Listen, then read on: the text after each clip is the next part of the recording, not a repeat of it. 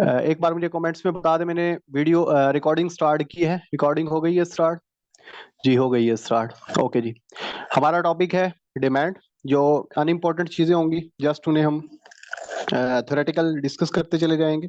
जहां से MCQs possible है आने, उन टॉपिक्स को हम ज्यादा फोकस करेंगे। तो जी डिमांड क्या होती है? Demand is a Dzire which is supported by purchasing power. Demand हम इसे किसे कहते हैं कि कोई डिजायर होती है जो सपोर्ट की जाती है परचेजिंग पावर से। दूसरे आम लफ्जों में हम ये कह रहे होते हैं कि जो डिमांड है उसकी टू कंडीशन होती हैं। फर्स्ट कंडीशन को हम कहते हैं विल टू परचेज, यानी कि ये डिजायर ही होती है कि आप किसी चीज को खरीदना चाहते हैं या उसकी ख्वाहिश करते हैं। सेकंड जो इसकी कंडीशन होती है उसे हम कहते हैं विल टू परचेज, यानी कि आप उस चीज को परचेज भी करना चाहते हैं। सेकेंडली हम इसमें डिस्कस करते हैं law of demand. Law of demand क्या होता है कि नेगेटिव रिलेशनशिप दिखा रहा होता है प्राइस एंड क्वांटिटी के दरमियान। क्या होगा लॉ ऑफ डिमांड के अंदर?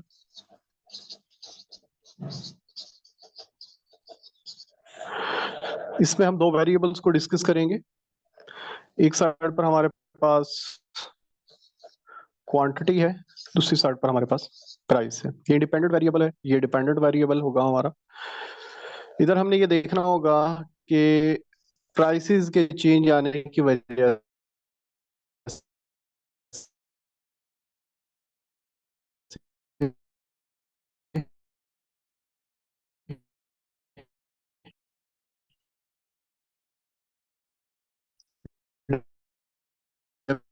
में क्या चेंज आ रहा होता है, हो रहा होगा। ठीक हो गया।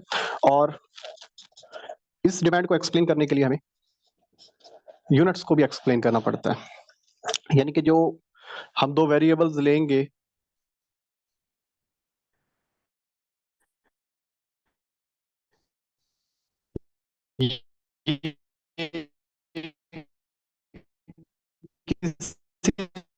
किसी यूनिट्स के अंदर होंगे। जिस तरह प्राइसेस होगी, हो सकती है लीटर में, हो सकती है मिलीमीटर्स में, हो सकती है। तो ये दो चीजें आपने इसमें याद रखनी है। एक हमें ये डायरेक्शन बताता है वेरिएबल्स की, दूसरा लॉ ऑफ डिमांड को जब हम डिस्कस कर रहे होते हैं तो इसके साथ हमें यूनिट्स को मेंशन करना होता है। जैसे कि मैंने आपको बताया कि लॉ ऑफ डिमांड में प्राइसेस और क्वांटिटी के दरमियान कौन सा रिलेशनशिप होगा? नेगेटिव रिलेशनशिप होगा। इधर हम वाई एक्सिस पर प्राइस ले रहे होते हैं, एक्सिस एक्सिस के ऊपर क्वांटिटी ले रहे होते हैं। हालांकि ये हमारे पास इंडिपेंडेंट वेरिएबल है और क्वांटिटी डिपेंडेंट वेरिएबल है। इनकी पोजीशन चेंज है। इसकी पोजीशंस क्यों चेंज हैं? तो ये कंज्यूमर बिहेवियर्स का जब हम चैप्टर पढ़ेंगे डिमिनिशिंग मार्जिनलिटी, तो उधर इसका जवाब मिल जाएगा। अभी आप इसको ऐसे ही देख लेंगे। होता इसके अंदर क्या है कि सपोज डेट आपकी प्राइसेस 10 है तो क्वांटिटी 5 होती है, और 5 अगर प्राइसेस है तो क्वांटिटी 10 हो गई। यानी कि एक वेरिएबल्स अगर डिक्रीज हो रहा है तो दूसरे वेरिएबल्स के अंदर क्या हो रहा है? इजाफा हो रहा है।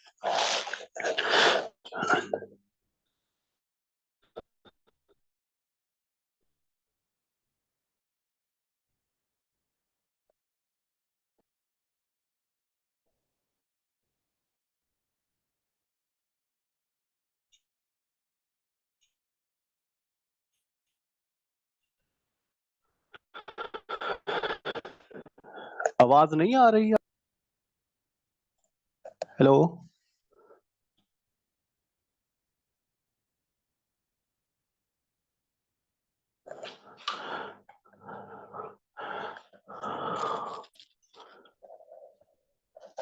आवाज नहीं आ रही आप लोगों को?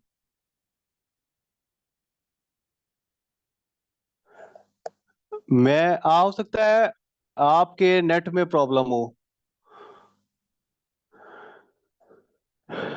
ठीक हो गया जी। ठीक है, ठीक है, ठीक है। अच्छा, अब ये हमारे पास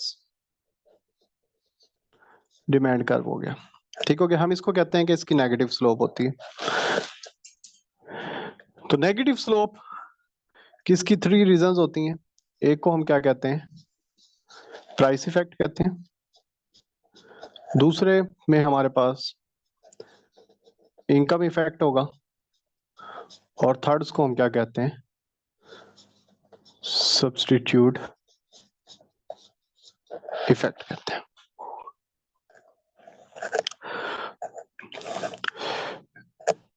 अब अक्सर ये इंटरव्यूज में भी पूछा जाता है क्वेश्चंस के जो डिमांड कर्व है उसकी जो स्लोप होती है नेगेटिव होती है, उसके नेगेटिव होने की रीजंस क्या हैं। तो ये हमारे पास इसकी 3 रीजंस होती हैं, प्राइस इफेक्ट, इनकम इफेक्ट और सब्स्टिट्यूट्स इफेक्ट। जब कंज्यूमर बिहेवियर पढ़ेंगे उसमें हम कॉर्डिनल और ऑर्डिनल अप्रोच में, दोनों अप्रोचेस में इन तीनों इफेक्ट्स को पार्शियल कर देते हैं, अलग करते हैं, फिर उधर हम समझते हैं। तो ये हम असल में उधर यही प्रूव कर रहे होते हैं कि इसकी ये जो स्लोप है वो नेगेटिव क्यों है, और आखिर में रिजल्ट यही निकलता है कि ये नेगेटिव स्लोप ही होती है। Some time income effect negative भी आ जाता है, पॉजिटिव भी आ जाता है, पर हम ये देखते हैं कि जो नेगेटिव इफेक्ट है वो ज्यादा स्ट्रांग होता है पॉजिटिव इफेक्ट से। तो इस वजह से जो डिमांड कर्व है, हमारी जो स्लोप है उसकी जो डिमांड कर्व है उसकी जो स्लोप होगी वो नेगेटिव होगी। ठीक हो गया। अच्छा, जब हम ये बात कर रहे होते हैं कि लॉ ऑफ डिमांड में कि प्राइसेस इंक्रीज हो रही हो तो डिमांड क्या हो रही होगी, डिक्रीज हो रही होगी। हम इन दो वेरिएबल्स को इस लॉ के अंदर डिस्कस करते हैं और साथ कुछ अजम्पशंस लेते हैं कि इनकम चेंज ना हो, टेस्ट चेंज ना हो, पॉपुलेशन चेंज ना हो। डिफरेंट बुक्स के अंदर डिफरेंट अजम्पशंस ली गई हैं। अगर वो चेंज हो जाए तो ये लॉ अप्लाई नहीं होगा। तो फिर क्या होगा वो भी अब हम देखेंगे। सम टाइम क्या होता है कि हम देख रहे होते हैं कि जो डिमांड कर्व है उसकी पॉजिटिव स्लोप होती है। पॉजिटिव स्लोप किस सिचुएशन में होती है उसे हम कहते हैं exception of law of demand. इसे हम गिफन गुड्स का नाम देते हैं। गिफन गुड्स से मुराद कोई स्पेसिफिक गुड्स नहीं होती, एक ये खास सिचुएशन होती है। दो चीजों का हम कंपैरिजन कर रहे होते हैं, एक चीज इंफीरियर होती है, एक चीज सुपीरियर होती है। जो इंफीरियर गुड्स होती है उसे हम गिफन गुड्स कह रहे होते हैं। सर रॉबर्ट्स गिफन ने इसका कॉन्सेप्ट दिया गया है, इसकी डेट ऑफ बर्थ और जो डेट ऑफ डेथ है वो लिखी गई है। अब इकोनॉमिस्टों की जब आपने बहुत सारी जो थ्योरीज हैं जब उनको एक्सप्लेन किया जाता है तो इकोनॉमिस्ट के नाम लिखे जाते हैं। तो इकोनॉमिस्ट का उनका टेन्योर भी लिखा जाता है कि इसकी डेट ऑफ बर्थ ये है, इसकी डेट ऑफ डेथ ये है। जब आप डिफरेंट स्कूल ऑफ थॉट्स पढ़ते हैं तो उनके उन डिफरेंट स्कूल ऑफ थॉट्स को डिफरेंट डेकेड्स के अंदर, डिफरेंट टेन्योर के अंदर डिवाइड किया गया है। तो इसका ये फायदा होता है कि आपको पता चल जाता है ये इकोनॉमिस्ट क्लासिकल है या ये इकोनॉमिस्ट न्यो क्लासिकल है, ये केन्जियन है, न्यू केन्जियन है। तो इसलिए आपने इनके जो टेन्योर हैं और ये इसका किस मुल्क से ताल्लुक है, ब्रिटिश है या अमेरिकन है या ऑस्ट्रेलियन है, तो ये भी सम टाइम एमसीक्यूज में आ जाता है। तो एक्सेप्शन ऑफ डिमांड कर्व में क्या होता है कि ये पॉजिटिव स्लोप हो जाता है। अच्छा, अब हम इसकी अजम्पशंस को भी देखा हमने कि हमने अजम्पशंस में ये देखा कि जब हम लॉ ऑफ डिमांड पढ़ रहे होंगे तो इन सिर्फ और सिर्फ क्वांटिटी और प्राइस को हमने चेंज करना है, अदर वेरिएबल्स को चेंज हमने नहीं करना। अगर अदर वेरिएबल्स को चेंज करेंगे तो फिर क्या हो जाएगा, फिर ये दो सिचुएशंस होंगी। हम इसको टॉपिक को कहते हैं change in causes of cause of change in demand. कि क्या वजूहात बनती हैं डिमांड में चेंज आने की। इसकी दो वजूहात होती हैं। सबसे पहला फैक्टर होता है चेंज इन प्राइस और साथ ही change in quantity.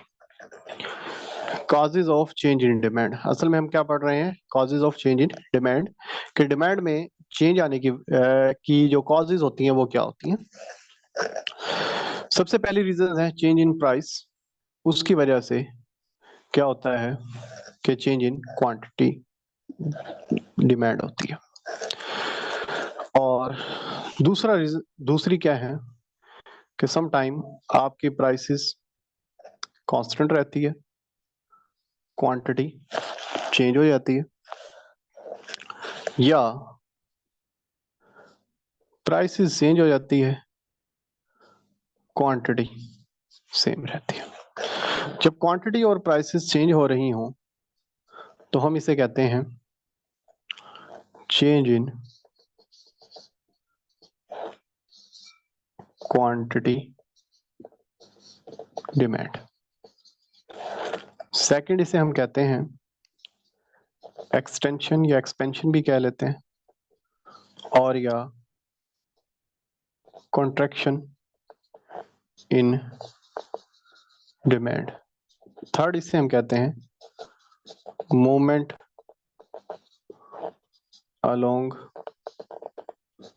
The curve. ये तीन नाम है।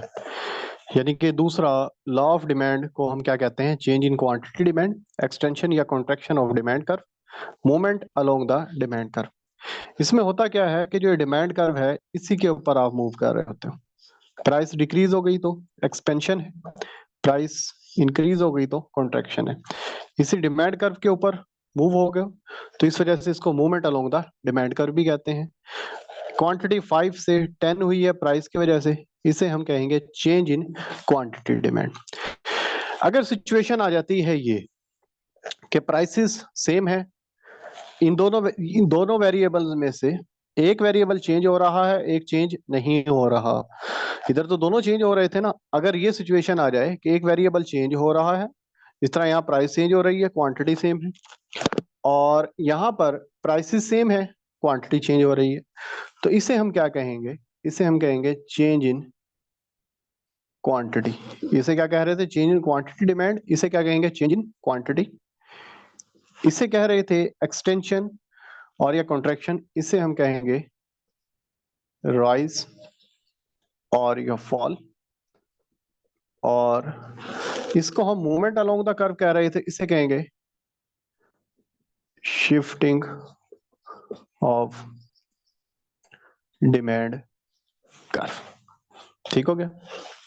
सबसे पहले हम देखते हैं rise in demand curve.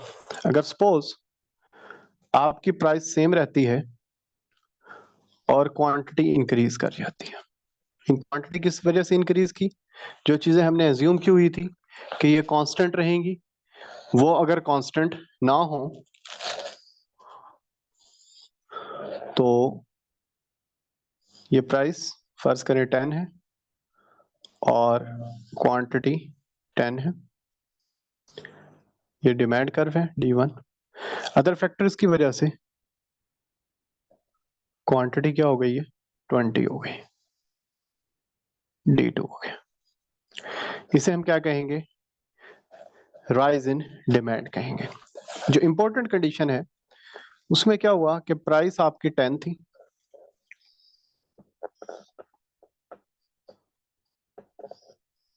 Quantity भी 10 थी, ये डिमांड कर्व है। प्राइस क्या हो गई 20, पर डिमांड क्या रही 10 की, 10 ही रही। देखें ये प्राइस क्या हो गई है 20 और डिमांड क्या हो गई है D2। ये भी देखें राइट साइड पर है और ये भी राइट साइड पर है। अगर प्राइसेस सेम रहे और क्वांटिटी इंक्रीज कर जाए, या प्राइसेस इंक्रीज कर जाए क्वांटिटी सेम रहे, उसे हम क्या कहेंगे, राइज इन डिमांड कहेंगे। और अगर इसका उल्ट केस कर लें, फॉल, अगर मैं इसको ही फॉल कर दूं तो प्राइस सेम क्वांटिटी कम, डिक्रीज, और प्राइस डिक्रीज होने से क्वांटिटी अगर सेम रहे तो उसे हम क्या कहेंगे, फॉल इन डिमांड कहेंगे। तो ये हमारा फर्स्ट टॉपिक है डिमांड में, जो आपने पढ़ना है, लॉ ऑफ डिमांड को डिस्कस करना है, और उसके बाद causes of change in demand, तो उसमें आपको ये दो टॉपिक्स नजर आएंगे। एमसीक्यूज किधर से बनता है, एमसीक्यूज इधर से बनता है। वो कहता है कि सपोज प्राइस डिक्रीज हो जाती है बट क्वांटिटी सेम रहे, तो आप उसे क्या कहेंगे, fall in demand, rise in demand, expansion in demand, contraction in demand. तो जब आपने ये कॉन्सेप्ट पढ़ा होगा तो आप राइट ऑप्शन चूज करने के काबिल हो जाएंगे। नेक्स्ट है इलास्टिसिटी, सबसे इंपॉर्टेंट टॉपिक्स जो कि बहुत बार पेपर में पूछा जा चुका है। अगर मैं ये कहूं कि तकरीबन हर पेपर में, हर इंटरव्यूज में इसके बारे में पूछा जाता है, तो ये गलत नहीं होगा। इलास्टिसिटी का कॉन्सेप्ट मार्शल ने प्रेजेंट किया। इलास्टिसिटी इसको प्रेजेंट किया मार्शल ने, अल्फ्रेड मार्शल। ये भी एक ब्रिटिश इकोनॉमिस्ट।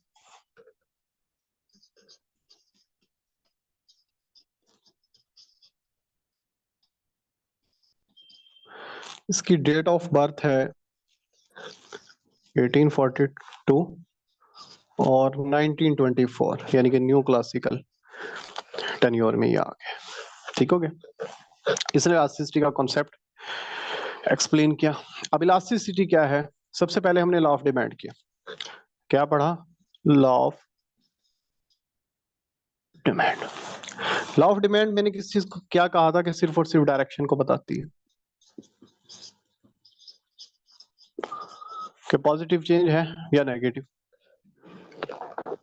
ये किस चीज को बताता है? स्लोप को। ठीक है। और इसमें यूनिट की एक्सप्लेनेशन नेसेसरी होती है। इलास्टिसिटी क्या करती है? इलास्टिसिटी ऑफ डिमांड की बात कर रहे हैं British economist Alfred Marshall. Alfred Marshall, उसने ये कॉन्सेप्ट एक्सप्लेन किया। इसने कहा कि वेरिएबल्स में जब चेंज आता है तो उनकी डायरेक्शंस को भी डिस्कस करना लाजमी है, और एक्सटेंट को भी।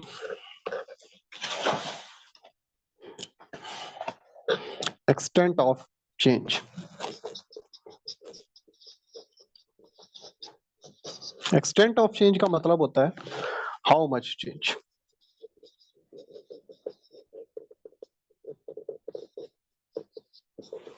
How much change.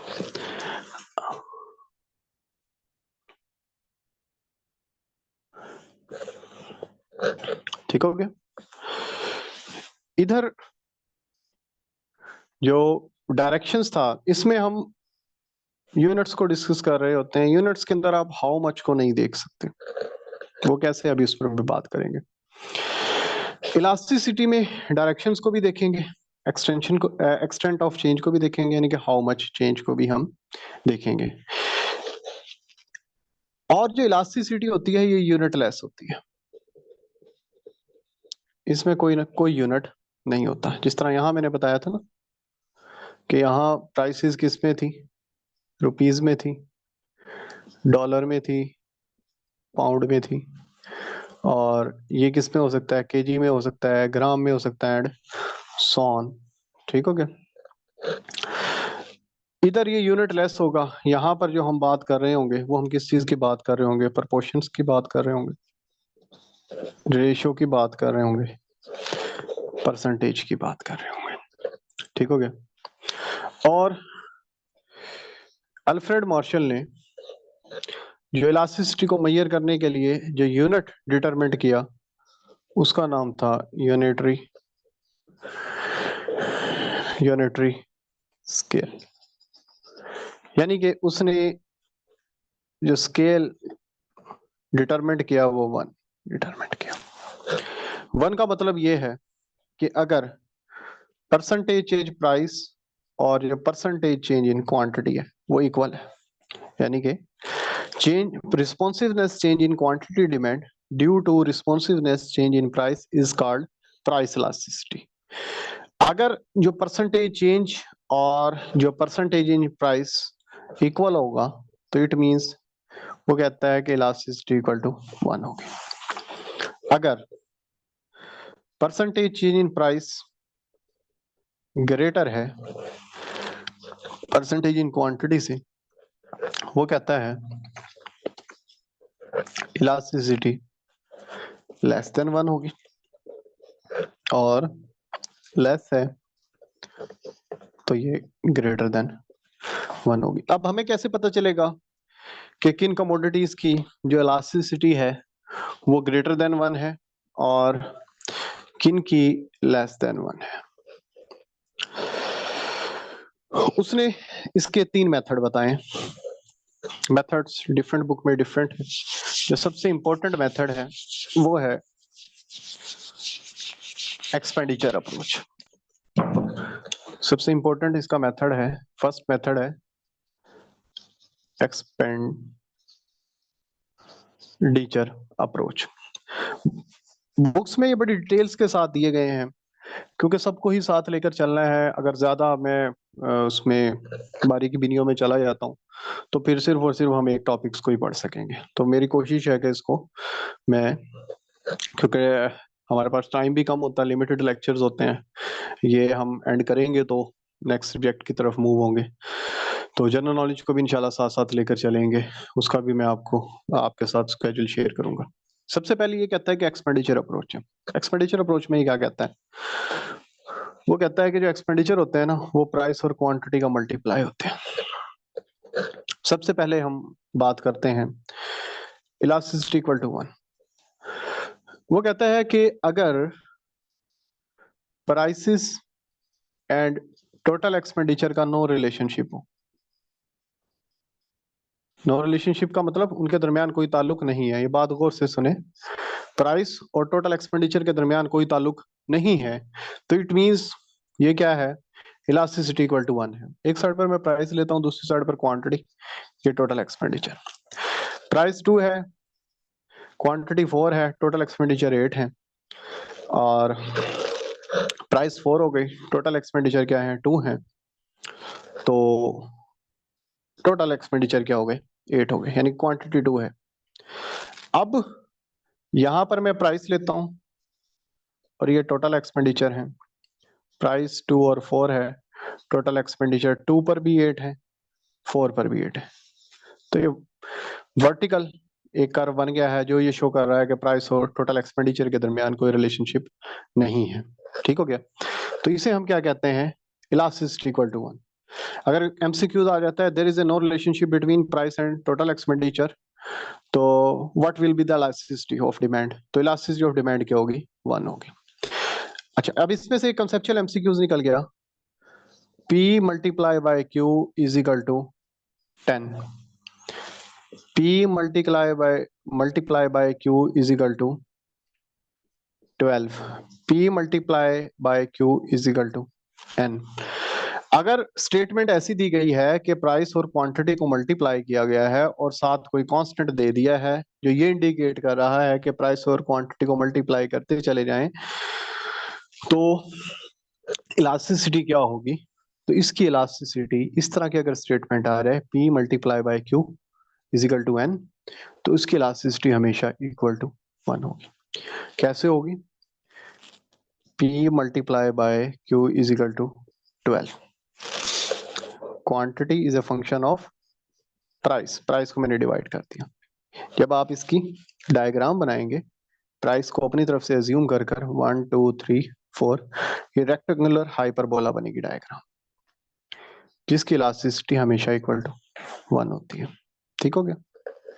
इसको मैं प्रूव भी कर सकता हूँ पर अभी टाइम नहीं है इसको प्रूव करने का। तो आपने जस्ट ये याद रखना है कि प्राइस मल्टीप्लाई बाय क्वांटिटी, अगर कोई कांस्टेंट आ रहा है it means elasticity equal to 1 हो गई। हम पढ़ क्या रहे हैं, इलास्टिसिटी को मेजर कर रहे हैं और एक्सपेंडिचर मेथड हम डिस्कस कर रहे हैं। नेक्स्ट आ गया जी, नेक्स्ट ये इस एमसीक्यूज को मैंने बड़ी डिटेल से डिस्कस किया गया है, आरिफ एकेडमी ऑफ इकोनॉमिक्स मेरा यूट्यूब चैनल है, उसके ऊपर मैंने इसको डिस्कस किया। अच्छा जी, अब प्राइस क्वांटिटी 2 8 हो गया, प्राइस कम हो जाती है, प्राइस कम हुई है और एक्सपेंडिचर ने क्या करना है, क्वांटिटी ने बढ़ना है, तो ये क्या हो जाती है,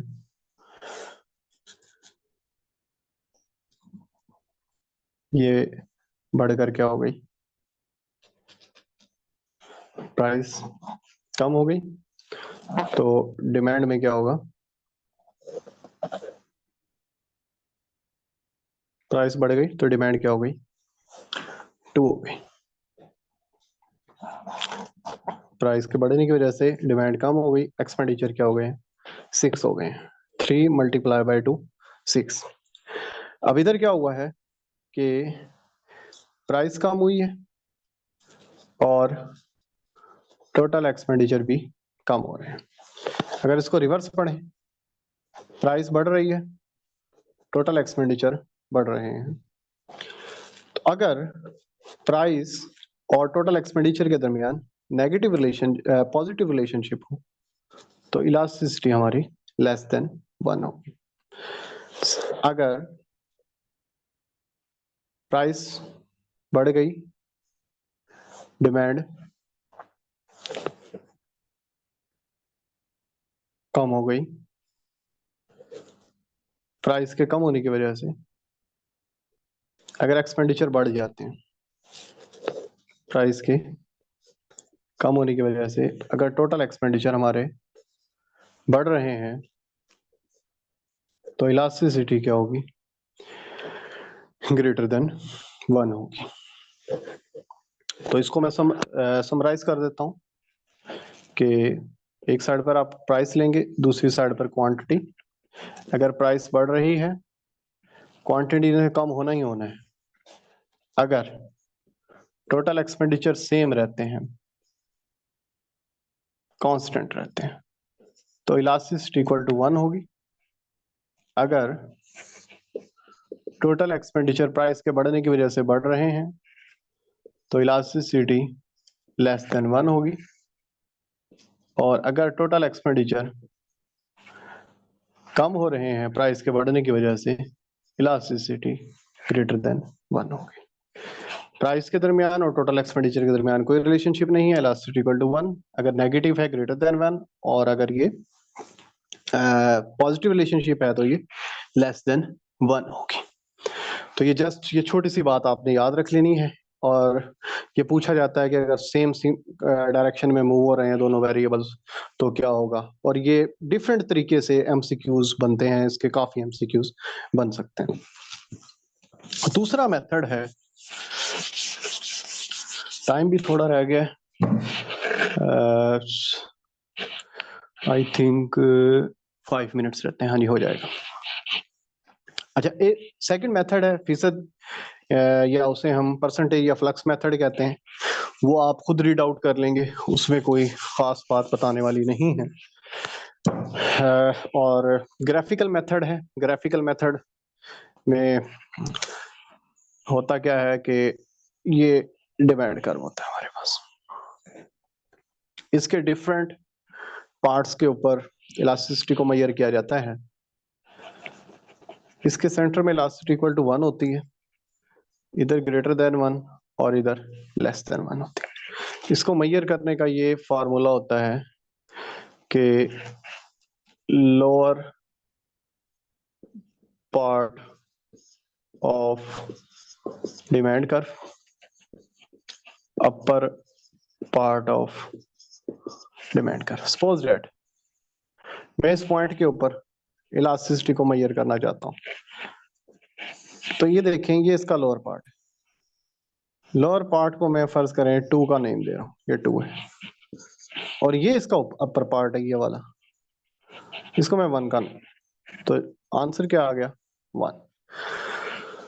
तो 1 ये आंसर क्या आ गया 2। 2 क्या है, 1 से ग्रेटर देन है, तो इट मींस इलास्टिसिटी इधर क्या है, ग्रेटर देन 1 है। इधर अपर पार्ट और लोअर पार्ट इक्वल होता है, तो इस वजह से इलास्टिसिटी इक्वल टू 1 होती है। इधर लोअर पार्ट कम है, अपर पार्ट ज्यादा है, तो इस वजह से इधर इलास्टिसिटी लेस देन 1 होगी। लास्ट मेथड होता है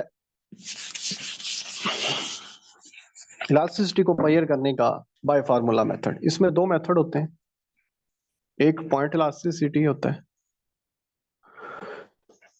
और दूसरी होती है आर्क इलास्टिसिटी।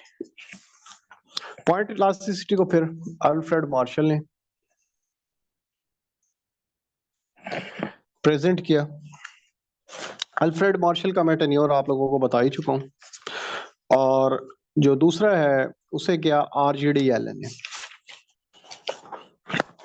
इसको किया आरजीडी एलन ने इसका डेट ऑफ बर्थ थी 1906 टू 1983 और आर जी डी एलन ये स्टैटिस्टिक्स और इकोनॉमिस्ट इसकी फील्ड्स दोनों थी, यानी क्वांटिटेटिव इकोनॉमिक्स का ये बंदा था और इसका ताल्लुक किधर था, इसका ताल्लुक भी ब्रिटिश से था। पॉइंट इलास्टिसिटी में होता क्या है कि हमारे पास ये डिमांड कर रहे हैं, इसके किसी एक पॉइंट के ऊपर हम इलास्टिसिटी को फाइंड आउट कर रहे होते हैं। जिस तरह ये प्राइस फर्ज करें 10 है, क्वांटिटी 5 है, 5 है, 10 है। अगर हम ए पॉइंट्स के ऊपर इलास्टिसिटी फाइंड आउट करेंगे तो इसके डिफरेंट रिजल्ट्स आ रहे होते हैं, बी के ऊपर डिफरेंट हैं, ठीक है। तो यहाँ कुछ और रिजल्ट्स होते हैं, यहाँ क्या होते हैं, कुछ और रिजल्ट्स होते हैं।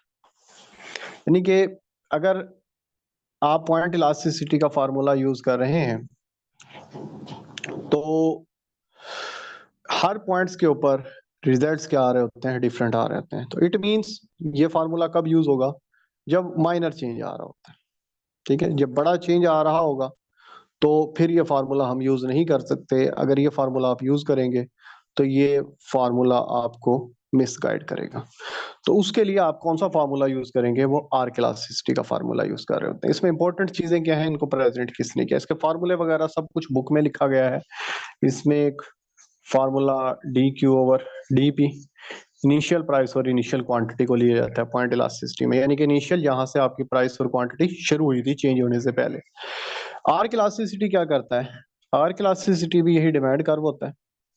ये डिफरेंट पॉइंट है और भी इनका सेंटर का, इन दोनों पॉइंट्स का जो सेंटर है सी, इधर इलास्टिसिटी को फाइंड आउट करता है।